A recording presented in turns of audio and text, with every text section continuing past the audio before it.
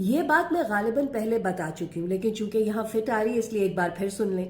میں نے صحافت شروع کی اسلام آباد کے ایک انگریزی اخبار سے۔ پہلے دن جب میں نیوز روم پہنچی تو میرے شفٹ انچارج نے سلام دعا کے بعد چھوٹتے ہی پہلی بات مجھے کہی کہ دیکھیں بی بی، کبھی ایک لمحے کے لیے مت سوچئے گا کہ آپ کے بغیر اخبار نہیں نکل سکتا یا آپ انڈسپینسبل ہیں، اس اخبار کے لیے ناگزیر ہیں، کیونکہ انسان کی جگہ اس کی قبر سے نکل آتی ہے۔ آپ کے بغیر بھی سب ویسے ہی چلتا رہے گا۔ And I was like, how rude! What did I do to deserve this? برا تو بہت لگا، لیکن وقت کے ساتھ ساتھ مجھے ان کی بات سمجھ میں آنے لگی۔ پاکستان میں جو بھی کسی بڑے یا طاقتور عہدے پر پہنچتا ہے اسے لگتا ہے وہ انڈسپینسبل ہو گیا۔ ہمارے یہاں یہ جو ہر وقت سیاسی بحران رہتا ہے، اس کی اصل وجہ یہی سوچ ہے کہ جی ہم نہیں تو کچھ نہیں، ہم ہی ملک چلائیں گے، کوئی دوسرا نہیں، تو ہمیں ایکسٹینشن دو۔ یہ ایکسٹینشن ہمارے تمام پرابلمز کی جڑ ہے۔ آج اگر ہم ایکسٹینشن کا سلسلہ مکمل طور پر بند کر دیں تو حالات دیکھتے ہی دیکھتے بہتر ہونا شروع ہو جائیں گے۔ ابھی تک ایک عدلیہ بچی ہے جس میں ایکسٹینشن نہیں ہوتی، جو سب سے سینئر جج ہے وہی چیف جسٹس بن جاتا ہے، اور یہی عدلیہ کی طاقت ہے۔ اس طاقت کو کمزور کرنے کے لیے مسلم لیگ نون، پاکستان پیپلز پارٹی اور اسٹیبلشمنٹ زبردستی ایک متنازع آئینی ترمیمی بل لانا چاہتے ہیں تاکہ عدالتوں کو بھی ایکسٹینشن کی لت لگا دی جائے۔ حالانکہ ہونا یہ چاہیے کہ پارلیمنٹ کے ذریعے ہر قسم کی ایکسٹینشن پر پابندی لگنی چاہیے۔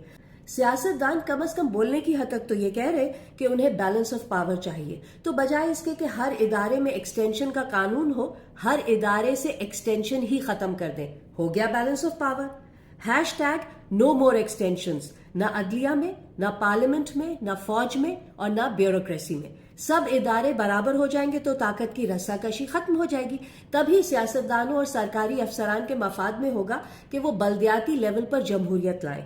بلاول بھٹو زرداری یہ جو ہر جگہ کہتے پھرتے کہ عدالتی اصلاحات لانا چارٹر آف ڈیموکریسی کا حصہ ہے، تو وہ بڑے آرام سے یہ بھول جاتے ہیں کہ چارٹر آف ڈیموکریسی میں پہلے جمہوریت کو یعنی بلدیاتی نظام کو مضبوط بنانے کی بات کی گئی ہے۔ اس پر ان کی جان جاتی ہے۔ آج کل انہیں اسٹیبلشمنٹ کی سپورٹ ہے تو یہ لوگ جمہوریت کو ایک طرف رکھ کے عدلیہ کے پیچھے پڑ گئے تاکہ انہیں روکنے والا کوئی نہ ہو۔ حد تو یہ ہے کہ جس پارلیمنٹ کے ذریعے یہ سیاستدان عدالت کی شکل اور حیت بدلنا چاہتے ہیں، وہ پارلیمنٹ تو خود ہی انسٹیبل ہے۔ ان کی اپنی پارلیمنٹ ان سے سنبھالی نہیں جا رہی، دوسروں کو سنبھالنے چلے، کیونکہ ہمارا مزاج بادشاہوں والا ہے نا۔ جو گھس گیا سیاست میں وہ چاہتا ہے اس کی 10 پشتیں یہی کام کرے، یعنی سیاست میں فیملی کو ایکسٹینشن پر ایکسٹینشن دی جائے۔ جو عہدے اولادوں کو پاس آن نہیں کیے جا سکتے جیسے سول اور ملٹری بیوروکریسی، وہاں لوگ اپنی ہی ایکسٹینشن چاہتے ہیں۔ یہ جو ایکسٹینشن کا تصور ہے یہ بذات خود غیر فطری اور قانون قدرت کے خلاف ہے۔ اللہ تعالیٰ نے ہر انسان کو، ہر شے کو فانی بنایا ہے، موت کو برحق رکھا ہے، کسی کو انڈسپینسبل نہیں بنایا گیا۔ زندگی میں ایکسٹینشن کا سسٹم نہیں رکھا، جس کا وقت پورا ہو وہ دنیا سے جائے، دنیا ویسے ہی چلتی رہے گی۔ اس لیے ہمارے یہاں ہر سطح سے ایکسٹینشن کا سسٹم ختم ہونا چاہیے، جس کا وقت پورا ہو وہ گھر جائے۔ پاکستان انشاءاللہ تعالیٰ چلتا رہے گا، بلکہ ایکسٹینشن نہیں ہوگی تو پھلتا پھولتا رہے گا۔